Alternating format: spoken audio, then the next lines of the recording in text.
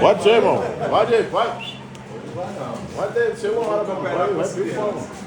Deixa Deus usar. Deixa Deus usar. 2 Timóteo, capítulo 2. Aqui a gente aceita. 2 Timóteo, capítulo 2. Olha o que o texto vem dizer. Meu filho, seja forte, Meu Deus. por meio da graça que há em Cristo Jesus. Você me ouviu ensinar verdades confirmadas por muitas testemunhas confiáveis. Agora, ensina as pessoas de confiança que possam transmiti-la a outros. 3. Suporta comigo o sofrimento como um bom soldado de Cristo Jesus. Nenhum soldado se deixa envolver em assuntos da vida civil, pois, se o fizesse, não podia agradar o oficial que o alistou. Versículo 5.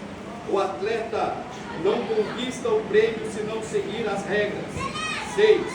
E o lavrador que trabalha arduamente deve ser o primeiro a colher o fruto do seu esforço. Amém. Vamos Glória. Glória a Deus. Quero também agradecer a Deus por essa oportunidade. Eu acho que eu vou daqui para o Glória a Deus. acho que é melhor para os obreiros que nos aceitaram lá e estão tirando a confiança.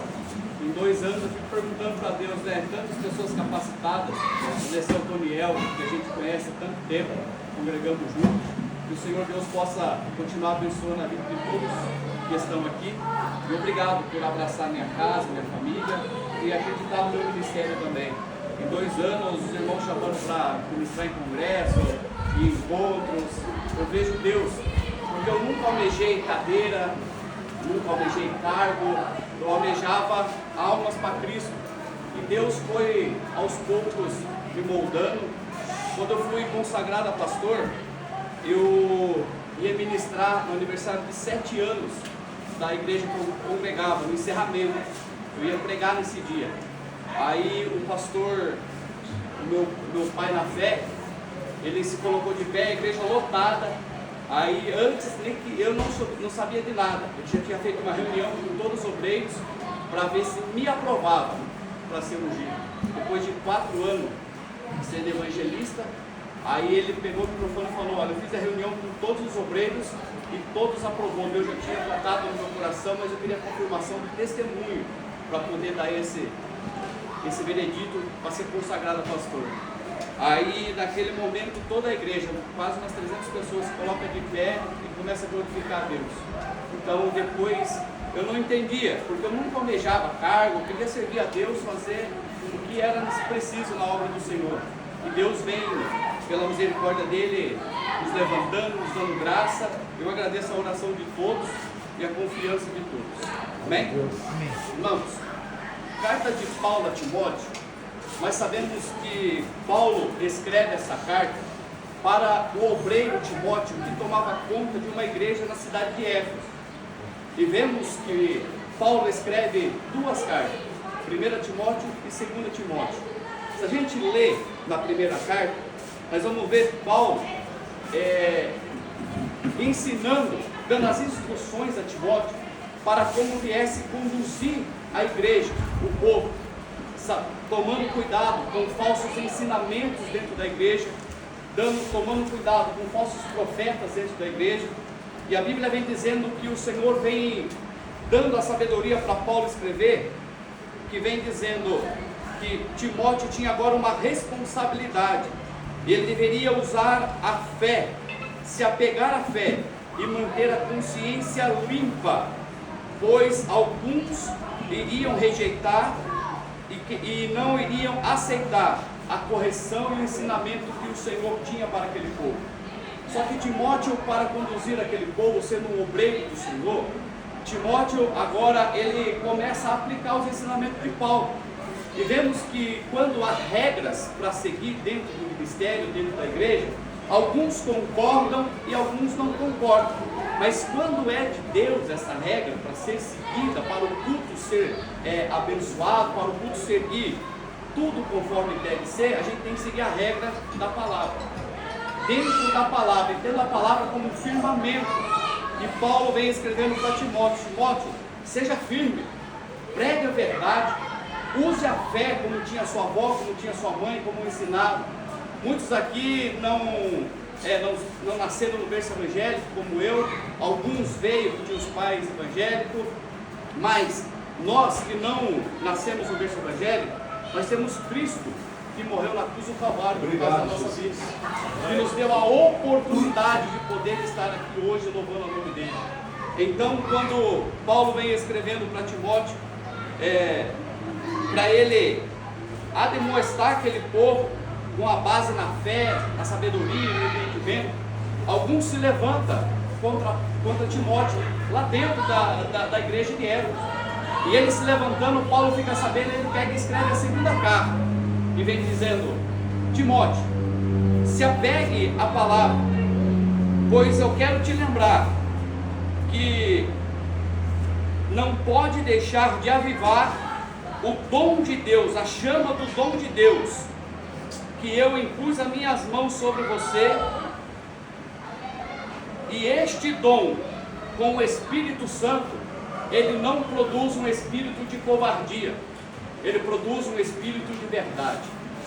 Então, o que Paulo vem dizendo: Timóteo, permaneça firme, porque muitos vão se levantar contra o teu ministério, obreiro Timóteo.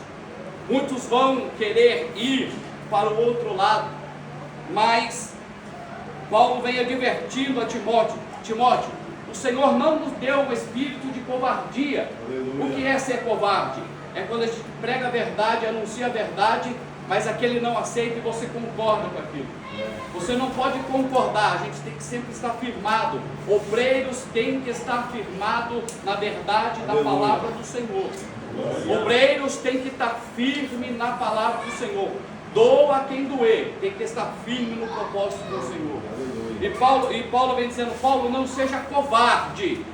O que você pregou a verdade, viva a verdade e ensina a verdade, porque alguns vão aceitar e outros não vão aceitar. Só que nós, que somos pais, somos obreiros, temos a nossa responsabilidade na casa, de trabalhar, de ser o provedor da nossa família.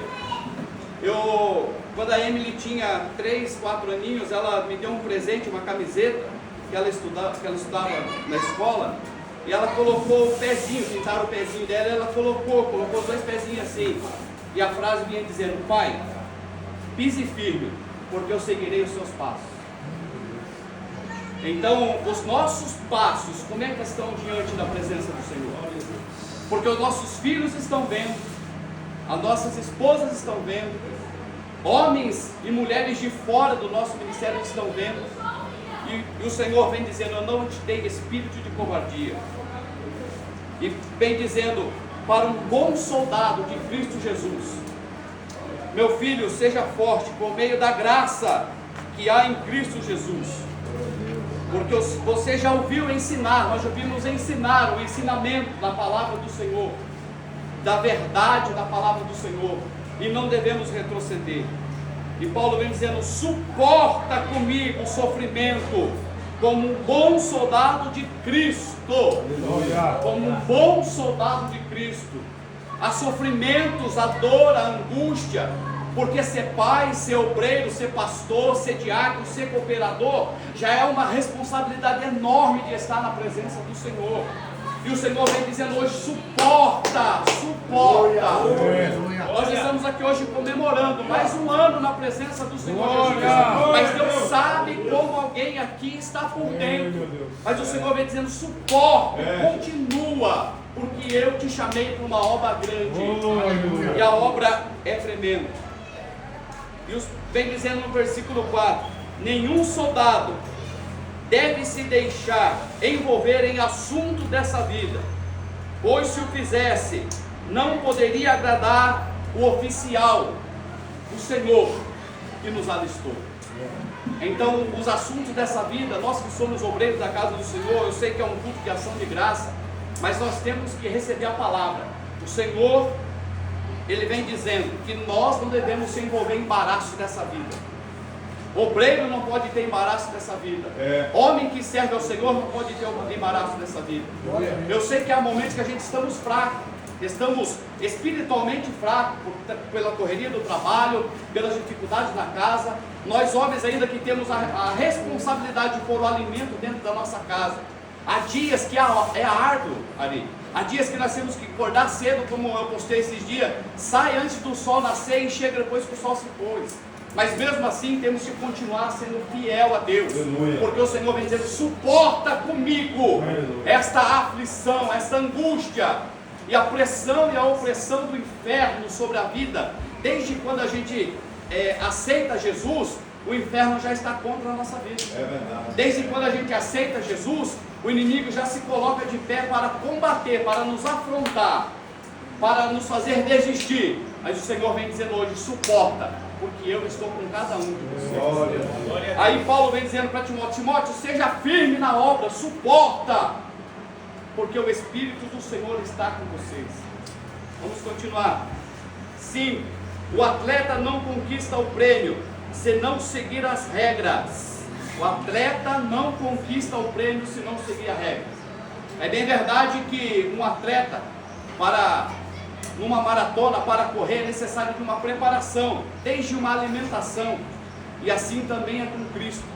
Para a gente chegar naquele dia que a trombeta tocar, há a necessidade de uma preparação todos os dias da nossa vida. É verdade. Nós temos que estar preparados. Não sabemos o dia, não sabemos a hora, não sabemos o minuto, o segundo que Jesus irá voltar. E se nessa hora você está afastado? Mas o Senhor vem dizendo que você está alistado para uma corrida, que é quando chegar lá no final, a coroa da vitória será entregue por Ele. Glória. E nos dará um novo nome. Aleluia.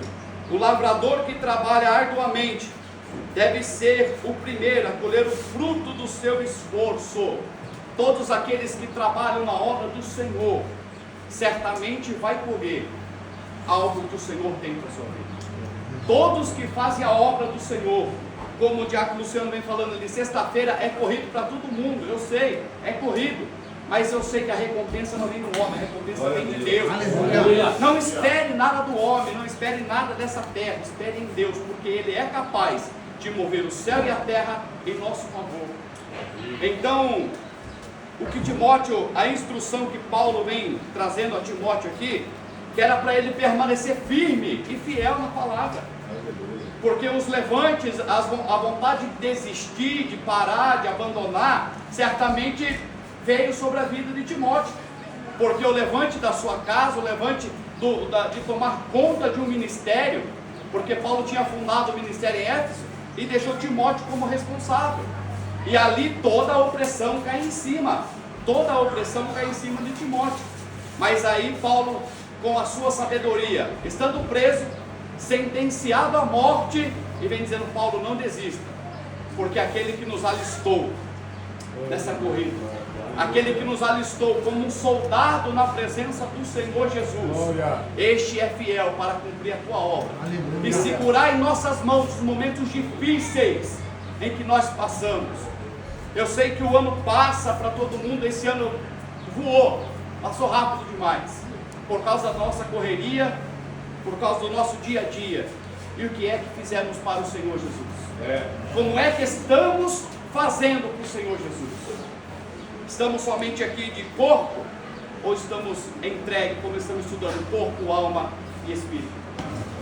O Senhor quer nós por completo, e hoje Ele preparou essa tarde para a gente estarmos aqui reunidos, para saber e relembrar que Ele não nos deu um espírito de covardia. Aleluia. Eu sei que nós somos homens, subimos no púlpito para pregar a palavra, para abençoar vidas, para ministrar bênçãos sobre a vida de pessoas, e a nossa casa, o nosso lar, muitas das vezes está abalada a estrutura.